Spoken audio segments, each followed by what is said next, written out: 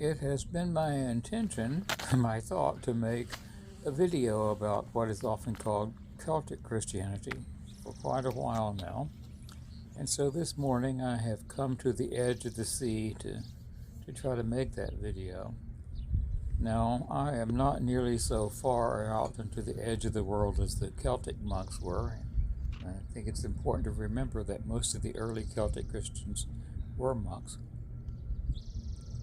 Just a little ways to the right of me is one of those satanic mills, and not far to the left of me is a busy boatyard with a restaurant and a coffee shop, and it's even not far to a McDonald's. I have not prayed vigil standing up to my neck in the water as many Celtic monks may have done, nor did I even say vigils in the cross position as often Celtic monks would do. I just came down here to read terse. It seems a little odd now that growing up I never heard the term Celtic Christianity or Celtic spirituality, even though my father's family was firmly Welsh, full of names like Thomas and Franklin and Cedric and Nora and David. The closest thing I came to being exposed to some sort of Celtic spirituality growing up in the Baptist church was William Williams' great hymn, "Guide Me, O Thou Great Redeemer," although we called it Great Jehovah and sang it to the wrong tune. But by the time I got to Santa Fe in the late 1980s, something called Celtic spirituality, Celtic Christianity, was all the rave. I remember the book Celtic Fire, which one of you recommended, and Robert Vanderveer made a career out of Celtic books. I think he printed about a dozen. And the Reverend Doctor, as he calls himself, John Philip Newell, also printed dozens of books. And he became a sort of, claims to be anyway, a sort of leading authority on Celtic Christianity. He was even for a while the warden of a renewed community centered around Iona Monastery, the monastery that had been founded by St. Columba, although I doubt if Columba would have recognized as even being Christianity the sort of spirituality that was taught by Newell and his companion. A more recent book by Meg Llewellyn sort of sums the description of what is called Celtic Christianity, Celtic spirituality in the pop culture of the West. Quoting Llewellyn, "Celtic spirituality is a term that's wide enough to convey many perspectives beneath its shelter, even while it means different things to different people. For some, it's an ancient form of Christianity, one that's particularly appealing to modern followers of Jesus who want a faith that focuses on justice, tolerance, equality for women, creativity, and a love of nature. For others, Celtic spirituality is a way to connect with a pre-Christian perspective on the world, one that celebrates the earth and her seasons, finding deep spiritual meaning in land and sea and air. In either case, Celtic spirituality has its beginnings in history, but it has even deeper roots in our modern imagination." End quote. Now, I am not condemning John Philip Newell. I think, as I understand at least, what he was looking for. He was, after all, a Presbyterian by training in the Reformed tradition, and there's not a lot of salvation for the whole earth. And as I understand the Reformed tradition, it's very much, a few souls are going to be saved from hell. There's not much mysticism, although I found that there actually was a Calvinist mystic, Peter Steary, in the 17th century, and recently there's a new Calvinism led by people like Tim Keller, who are suggesting that now might be a good time to re-explore some of the traditional Roman Catholic methods of spirituality, not just the sort of Jesuitical ones that I might expect, because I sort of think that the Jesuits and the Calvinists are kind of similar, but even the more out there, we might say, Carmelite writers. So, since it's rare for anyone in the church to, when they want to make changes, to say, hey, I'm just making this all up because I like it like this, it's convenient to have this sort of amorphous and largely unknown but very malleable idea of Celtic Christianity. After all, the past is a foreign country, and if we haven't actually been there, we can imagine it any way we want to. One of the first appeals to Celtic Christianity, the Celtic Church, was F.E. Warren's rather wonderful book, actually, Liturgy and Ritual of the Celtic Church, published just in time to be useful for the Oxford movement folks who were wanting to prove that the church in England had been Catholic forever, with or without the Pope, and that therefore that unfortunate series of events in the Reformation didn't really make them Protestants. Warren's book is a treasure trove not only of how the church was organized and operated or functioned in the British Isles, but in most of Europe. From 100 AD to now, more or less, or I guess the 19th century. And it's fascinating because we tend to kind of push back into the past organizations and concepts that would have seemed quite strange to the past. Our understanding of Roman Catholicism, a very ultramontane idea that if you're Catholic, you're in communion with the Pope, really got its big boost with Charlemagne. And it's interesting. One of the things that Warren documents is that St. Columba wrote a very chastising letter to the Bishop of Rome, a very polite letter recognizing that, oh yes, you are the bishop of one of the major sees, although not as important as Jerusalem. But even out here in Scotland, we hear that you guys are doing things wrong and are not up to snuff, and you need to get your act together. And I've always found it kind of interesting. If Henry VIII had really been interested in renewing the Church of England instead of just making it convenient for his purposes, a steady supply of women to maybe give him a male heir, and an excuse for confiscating the lands of the monasteries, which had been there longer than there had been a king of England, he might have simply said to Canterbury, oh, you're an upstart, you're an invasion. It's pretty clear that when Gregory sent Augustine to England, he had very little idea of what England or Angles were really like, or what the church there was like already. There had been bishops going to conferences of the church as early as the end of the 3rd, beginning of the 4th century. Henry could have said, oh, let's make Winchester the primary seat of the church in England. That was, after all, where he erected his round table. He didn't. Instead, he simply replaced the Archbishop of Canterbury with a man of his own choosing. And, well, now we have the Church of England. Now, I am convinced that the earliest missionaries to Ireland, and probably also to perhaps Wales and Cornwall, were really the legendary monks from Egypt. The early monks in the Isles and they were close to the places that had tin, so they would have been on the trade routes.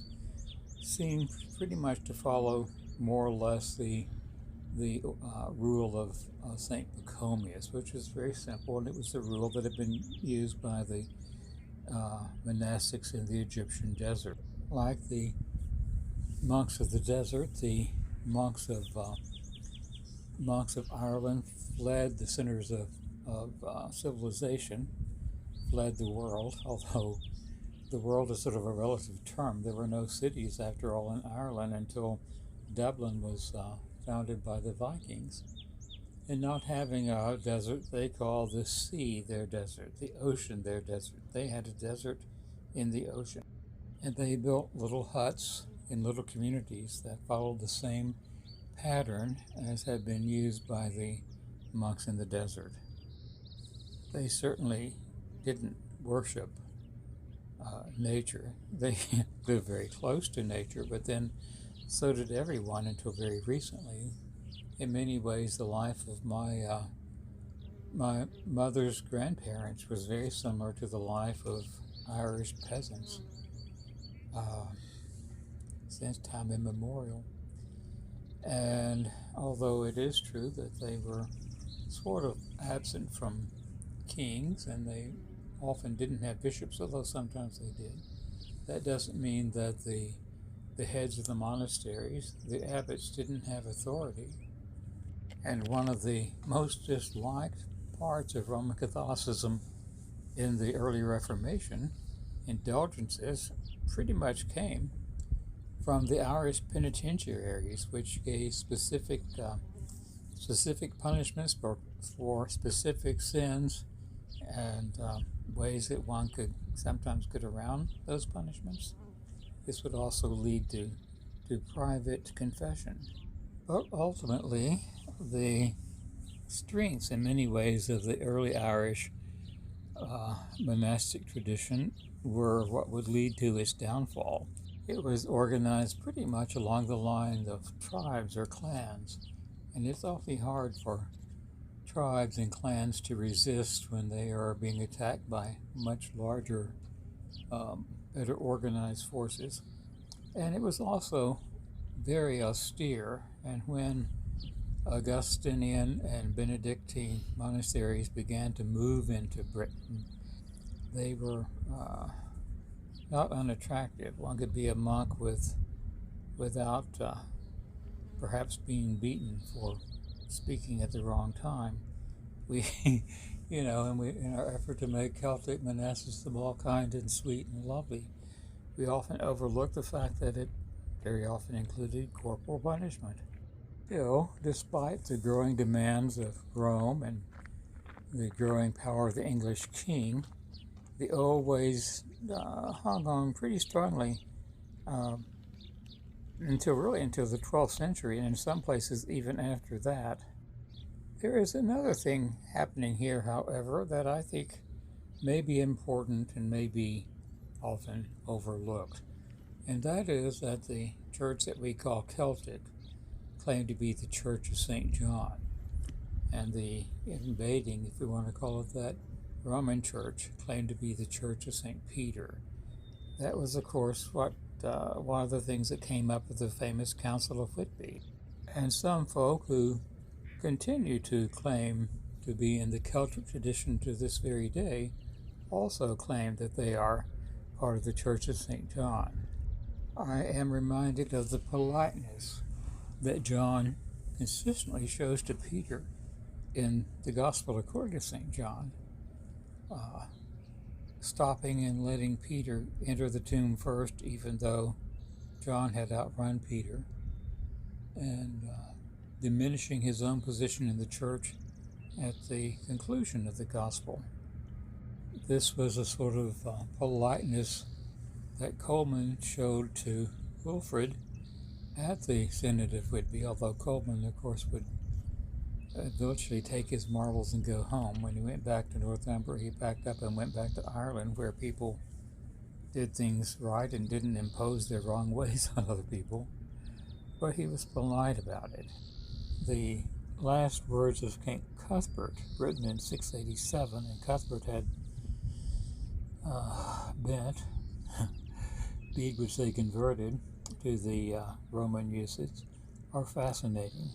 I quote, "Keep peace," he said, "one with another, and heavenly charity. And when necessity demands of you to hold counsel as to your state, take great care that you be of one mind in your conclusions. And moreover, maintain mutual concord with other servants of Christ, and despise not the household of the faith who come to you seeking hospitality. But be careful to receive such persons, to entertain them, and to send them away with friendly kindness. Do not think you are better than others of the same faith and conversation. But with those that err from the unity of Catholic peace, either by not celebrating Easter at the proper time, or by living perversely, have no communion." And this was, of course, the time during which my own patron, St. Chad, got a new haircut, giving up the Celtic tonsure for the Roman tonsure. If you are curious about all that was involved at the Council of Whitby, I recommend The Celtic and Roman Traditions by Caitlin Corning. I'm not going to go into all that she says. It's a brilliant little book, but I was surprised to find out that the reason the Romans opposed the Celtic tonsure was they thought it was the same tonsure had been used by Simon the magician in the book of Acts, a bad guy. Well, as I mentioned, the 1980s and 90s were sort of the high tide of Celtic New Age popularity, spirituality in the United States, I think. And I was living in Santa Fe then, and I bought all the books and read them, and took some of them with a grain of salt. But I was particularly intrigued when I found one book, Celtic Daily Prayer, which is a sort of a reboot of the Northumbrian community. And it had a lot of really useful stuff in it, and it's not very New Age at all. It's not perhaps anything that Cuthbert would have recognized, but I don't think he would have hated it. It was founded by Andy Rain, John and Linda Skinner, and Roy and Shirley Searle. And I'll put a link to evening prayer from that book in the description below. Now, as time went by, there were some better books, more original documents published. One of them, which should have been a clue that the Irish monks were not the sort of happy-go-lucky New Age folks that many people thought they were, even if they were part of the general variety of expressions of Christianity that did exist then and really continues to exist to this day. Although, of course, you can't be a Christian because you don't use the same epiclesis as me. The third book, about which I was quite excited, was the Lorrha-Stowe Missal, which first I got in the edition put together by Malruan, Chris Dowling, whom I knew and liked a lot. In fact, Chris tried to convince me to join in the Celtic Orthodox Church, but I didn't. And I think Chris makes much too great a claim for a fairly small amount of documentation, and it's also a kind of very difficult to use book. Much easier to use edition of basically the same material is Michael Wood's St. Coleman prayer book, and Father Michael is still alive and well and serves at a church in England. It is only one of two people I know who knows who L.J.K. Setright was, so that's a plus. Now I need to mention one more book, and that is Connie Marshner's Monastery and High Cross, The Forgotten Eastern Roots of Irish Catholicism, which is the best and most readable history yet on what might be called Celtic Christianity. And it is written after the discovery of a remarkable artifact, Fadden Moor Psalter, in a Coptic binding with some papyrus bits holding it together. Now, what I'm about to say might upset Mrs. Marshner because she's a devout Roman Catholic, although an Eastern Rite Catholic. But I think that Father Michael and Father Malruan are correct that the Celtic Church was an Orthodox church. Orthodox in a number of ways, one of which is that its organization was based on jurisdictions which were more or less equal with each other. They recognized the authority of Rome, but they didn't, until they were forced to, grant them total authority. Remember, Henry II used the excuse that the uses of the church in Ireland were irregular to convince the Pope to bless his invasion of Ireland in the 12th century.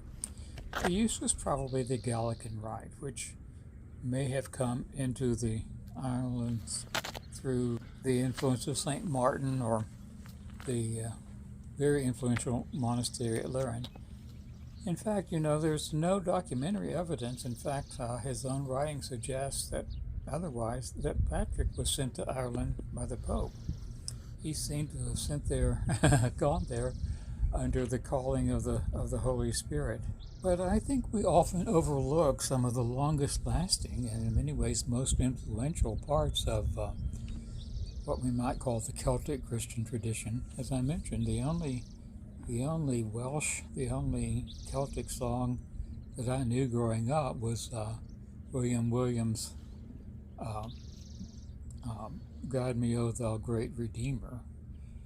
And I would then discover through St. Patrick's Breastplate and Be Thou My Vision some other Celtic hymnody and would love it. And it was actually Be Thou My Vision and St. Patrick's Breastplate that made me interested in Celtic Christianity.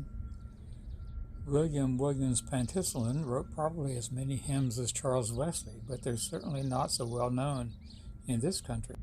Nor was I taught in seminary anything about the Welsh chapels, although almost certainly these were the sort of communities still more or less tribal, more or less clannish, still anti-English, that my family worshipped in the Old Country.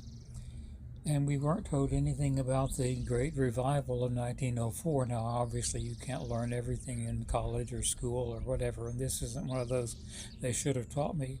But it was important enough that we might have heard the name of Evan Roberts, and it's a little odd that none of my hymnals include the magnificent hymn, Here is Love, Wide as an Ocean. I'll put a link in the description. Well, I doubt if the Irish colliers were too concerned with preserving the environment, although by the time How Green Was My Valley was written in the 1930s, a novel set in Coom Rhondda, the name of the proper tune for Guide Me, O My Great Redeemer. By the time that book was published, it was perhaps beginning to be obvious. It is true that women played an unusually large role in the 1904 Welsh revival, but so far as I know, there's not a whole lot of effort being made to preserve or document the Welsh chapels, although there's all sorts of societies to preserve the obviously more magnificent and older English churches. But I would suggest that there are remnants, often very important remnants of the past, particularly of Celtic spirituality, that might be available to us if we were just looking for them and open to them and not so concerned with having the best footnotes and, being sure that we all have descended from kings. So let us sort of bring this video to a close with a prayer that is one of the songs that introduced me to Celtic spirituality. Be Thou My Vision. Be Thou my vision, O Lord of my heart. All else be naught to me, save that Thou art. Thou my best thought, by day or by night, waking or sleeping, Thy presence my light. Be thou my wisdom, and thou my true word. I ever with thee, and thou with me, Lord. Thou my great Father, thine own may I be, still in me dwelling, and I one with thee. High King of heaven, when victory is won, may I reach heaven's joys, bright heaven's sun. Heart of my heart, whatever befall, still be my vision, a ruler of all. Well, for those of you who were hoping I might try to sing it, I didn't want to insult the tune Slade, and also I find that it is a song that is so powerful I can't sing it without crying. And for those of you who were hoping for coffee, well, here it is. So I would be happy to hear your thoughts on Celtic spirituality and how it might have been important in your life. And as always, I thank you for watching and hope to hear from you again one day.